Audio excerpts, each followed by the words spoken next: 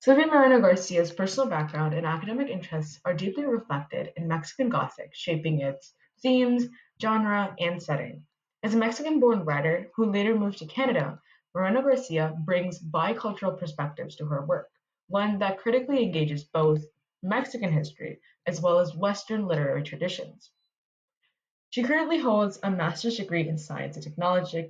technological studies, which plays a significant role in how the pseudoscientific elements of the novel particularly come into play in terms of themes of eugenics,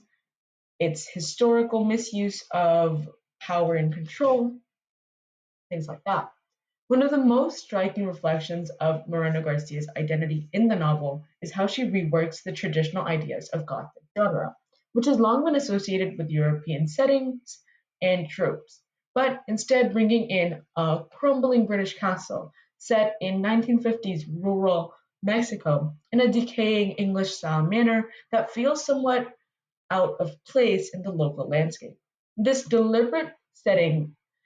localizes the horror in Mexican geography and history, but also allows her to explore colonialism through a Gothic lens.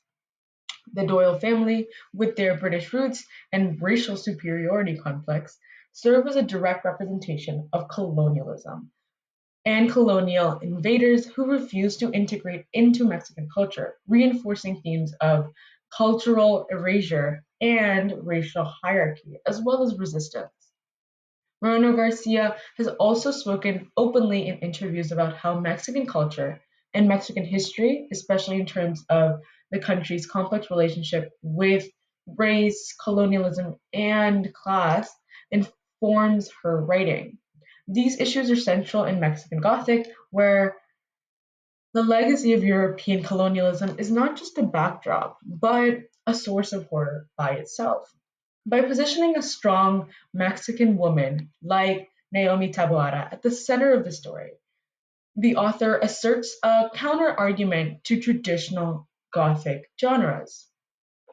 one that is traditionally rooted, who is intellectually empowered, and politically aware. In this way, Sylvia Moreno Garcia's personal as well as cultural identity is not only represented in the novel, it is essential to its message as well as its impact.